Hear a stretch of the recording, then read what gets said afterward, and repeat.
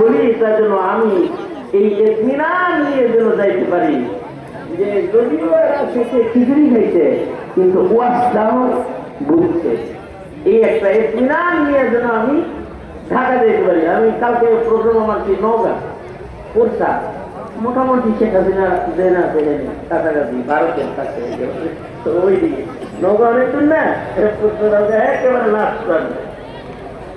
এই যে লম্বা সফরটা আমি করবো এখান থেকে যে যাব আমার ধীরে ধীরে একটা শান্তি থাকে যে না হ্যাঁ হাফিজুল হাদিসের স্মরণের মাহফিলে গিয়েছিলাম, তারা দিয়ে দিয়ে কথা শুনছে, এই একটা তৃপ্তি নিয়ে যেন যাইতে পারি। এই জন্য আপনারা এই দিকে থাকবেন, আমি আপনাদের কাছ থেকে এজাজত নিয়ে ওয়াজে ঢুকতে পারি, ওয়াজ শুরু করতে পারি তো?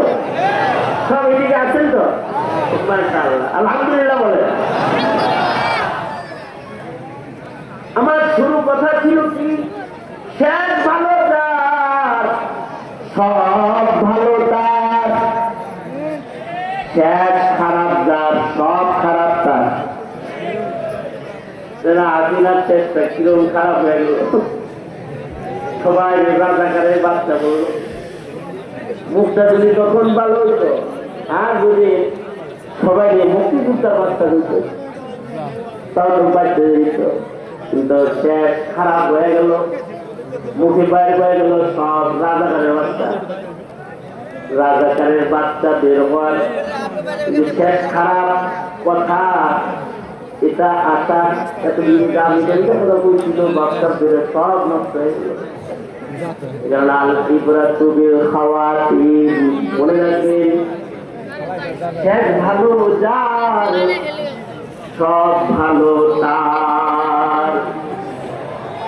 আমি আল্লাহর কোরআনে সূরা আলে ইমরান থেকে দুইটা আয়াত আপনাদের সামনে তিলাওয়াত করি। আমাদের সমাজের মানুষের ভেতরে একটা ভাবনা হইল, যার একটা ভালো চাকরি হলো সে সফল হয়ে গেল। তাদের ভাবনা হলো এমন, যার দুতলা একটা বাড়ি হয়ে গেল, চারতলা বাড়ি বানাইলো, ও যেন সাকসেস হয়ে গেল। যে সুন্দর একটা শ্বশুর বাড়ি পাইল, খুব নিজের খুব ভাগ্যবান মনে করতেছে, জায়গা মতো একটা শ্বশুর বাড়ি হয়েছে, বউটা পছন্দ হয়েছে, তো নিজের সাকসেস মনে করলো। কেউ আছে ক্ষমতা চেয়ার পেল, তো নিজেকে সাকসেস মনে করলো। ইলেকশন অনেকেই করবে, সবাই তো আর পাস করবে না, যে পাস করবে সে মনে করবে হ্যাঁ হ্যাঁ এই সাকসেস, এই সফলতা বেশি দিন না। হাসিনার মতো মানুষ মাইরে বেড়ে রক্তের বাণিজ্য করে হইল 20 বছর, আর কোন রকম হইলে পরে 5 বছর। এরপরে আবার এর একটা সাজাও আছে, এই মজার সাজা বড় ভয়ঙ্কর। এটা বুঝতেছে সালমান এফ রহমান, আইনমন্ত্রী আনিসুল হক, স্বরাষ্ট্রমন্ত্রী, যারা ক্ষমতার বাহাদুরি করে মজা পেয়েছে, সাজা কি হাসিনাও বুঝতেছে। কথা বলেন ঠিক না ঠিক না? তার মানে হলো দুনিয়ার মাটির উপরে সামান্য কিছু অর্জন করা, এটা মানুষের জীবনের আসল সফলতা না। একটা বাড়ি, একটা দামি গাড়ি, অথবা একটা বিজনেস পয়েন্টে সুন্দর একটা মার্কেটের মালিক, অথবা জাতীয় সংসদের সদস্য হয়ে সংসদে একটা চেয়ার, অথবা অনেকগুলো A+ ডিগ্রি সনদ তার হাসিল করেছে, এটা কিন্তু একটা মানুষের জীবনের আসল সফলতা না।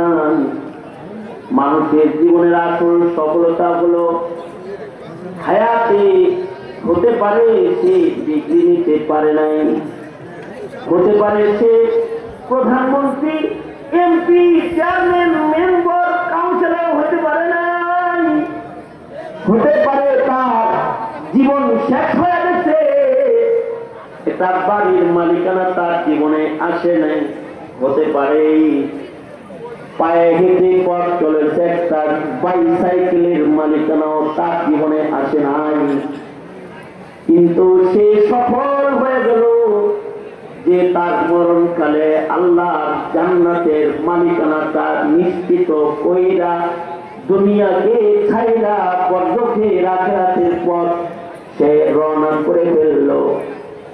জান্নাতটা তার কনফার্ম রাইটা, সে দুনিয়া ছেড়ে সকলকে ছেড়ে চলে গেল। দুনিয়াতে তার গুনাহ দেখার মতো কিছুই নাই, কিন্তু সে জান্নাত কনফার্ম করে চলে গেছে। আসলে এই লোকটা সাকসেস, সফল হয়ে গেছে, কারণ সে জান্নাত কনফার্ম করে আল্লাহর বন্ধু হয়ে আল্লাহর কাছে জান্নাতে মেহমান হয়ে ঢুকে পড়েছে। সে সফল হয়ে গেছে, সে হলো আসল সফল।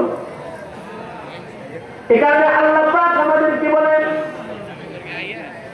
এই বান্দা, তোমরা দুইটা জিনিসের জন্য প্রতিযোগিতা করো, দুইটা জিনিসের জন্য মেহনত করো, কুরবানি করো, দুই জিনিসের জন্য।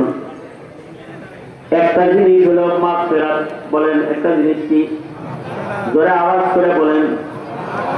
মাগফিরাত অর্থাৎ আল্লাহর কাছ থেকে ক্ষমা লও।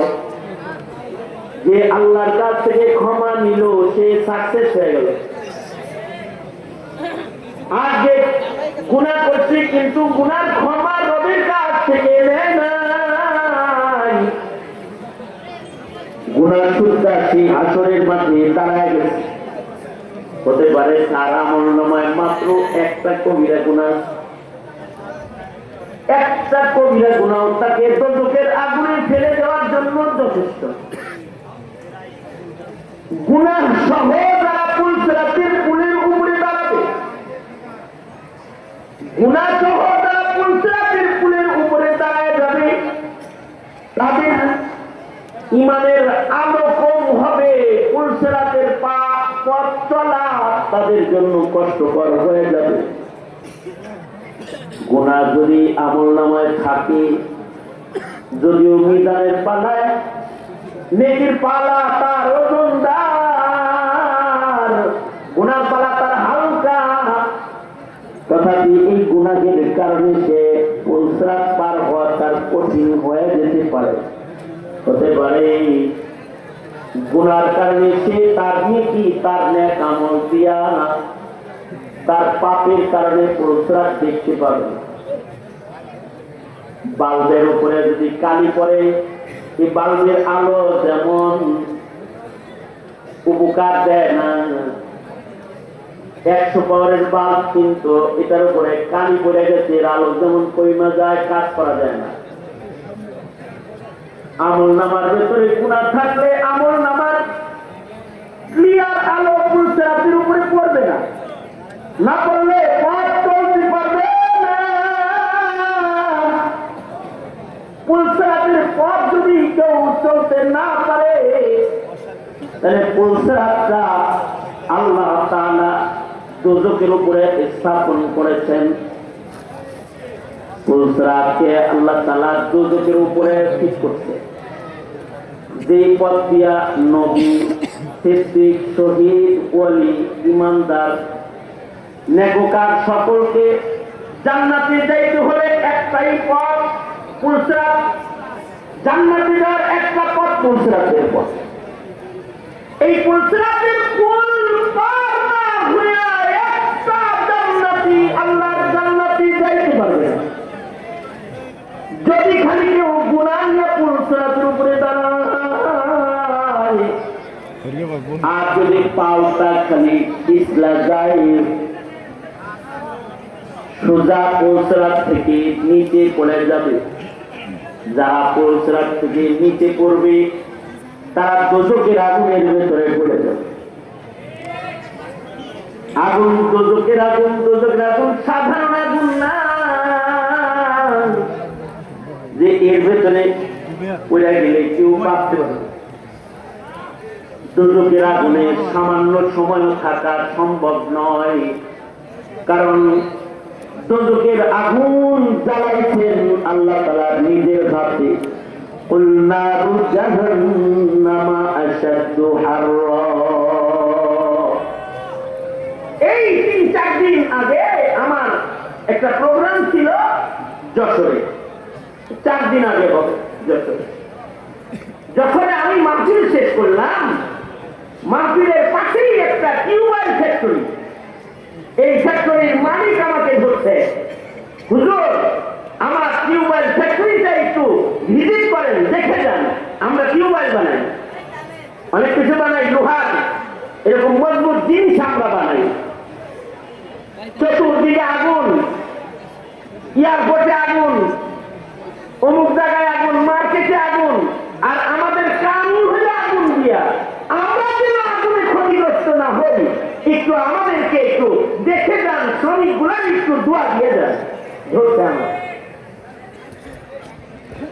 আমি গেলাম ফ্যাক্টরিতে দেখতে, ভিজিট করতে, ওখানে দিয়ে একটা চুলা দেখলাম, যেই চুলার একদিক দিয়ে পুরাতন শক্ত লোহাগুলো ঢুকানো হচ্ছে, আর আরেকটা নালা দিয়ে ট্যাপের মতো পানি পড়তেছে, এই লোহাগুলো পানি হয়ে আরেক দিক দিয়ে বাইরে হয়েছে।